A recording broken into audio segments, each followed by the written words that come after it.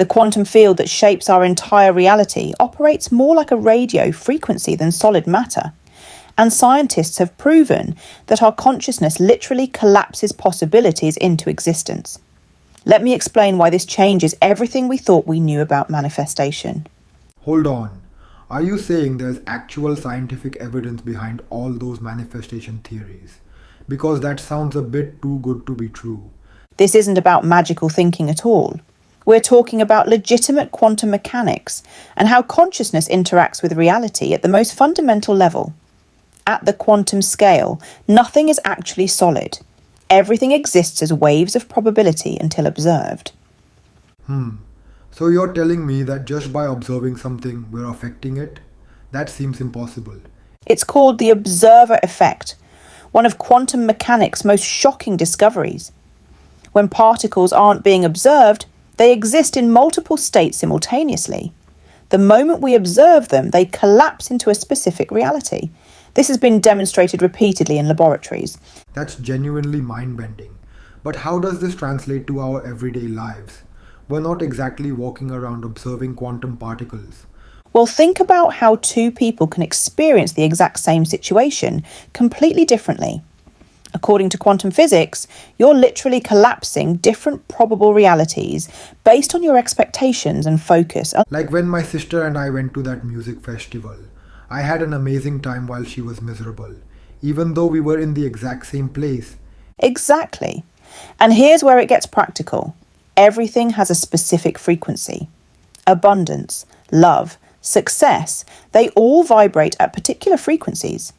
To attract what you want, you need to align your energetic state with that frequency. That sounds very abstract. Could you break that down into something more concrete? Think of it like a radio. If you're tuned to 88.9 FM, you can't pick up what's playing on 105.7 FM, no matter how badly you want to hear that station. Your thoughts, emotions, and beliefs need to match the frequency of what you want to experience. So how do we actually tune ourselves to these frequencies? What's the process? It starts with absolute clarity about what you want, not vague wishes like, I want to be rich, but precise intentions like, I am financially free, earning $500,000 a year through work I love. The quantum field responds to precision, not ambiguity. I notice you used present tense there. Is that important? Crucial. Here's where most people fail. They set an intention but still feel doubt or lack. The quantum field doesn't respond to what you say you want. It responds to what you feel is already true. But how do you feel something is true when it isn't? That seems like self-deception. It's actually working with the quantum field in a sophisticated way. If you want wealth, you need to feel genuine gratitude as if you're already wealthy. This isn't about pretending, it's about aligning your energetic frequency with what you want to attract. So it's not just about positive thinking. It's about aligning your entire being with what you want to create. Exactly. And here's the counterintuitive part. You have to release attachment to the outcome. When you're desperate for something to happen, you're broadcasting a frequency of lack and need.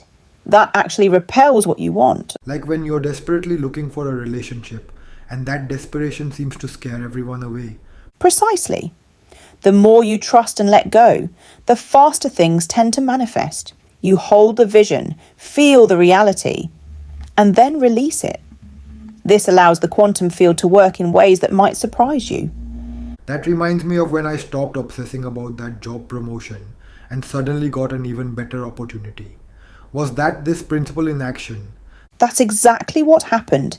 You shifted your frequency from desperate need to peaceful acceptance, which opened up possibilities you couldn't have imagined.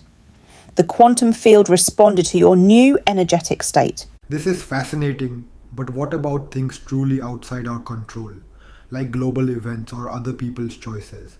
While we can't control everything in our external reality, we can control our response to it, our observation, our focus, our frequency. That determines which probable reality we experience. It's like choosing which channel to tune into on a TV with infinite channels. You know what? This whole conversation has shifted something for me. Where should someone start with all this? Start small. Get crystal clear about what you want. Feel the emotion of already having it. And then, this is crucial, go about your day in complete trust that it's already done. Watch how reality starts to reorganize itself around your new frequency. Like we're running our own quantum physics experiment. Exactly. And remember, this isn't about forcing reality to bend to your will. It's about aligning yourself with the frequency of what you want to experience. The quantum field will do the rest, often exceeding our limited imagination of what's possible.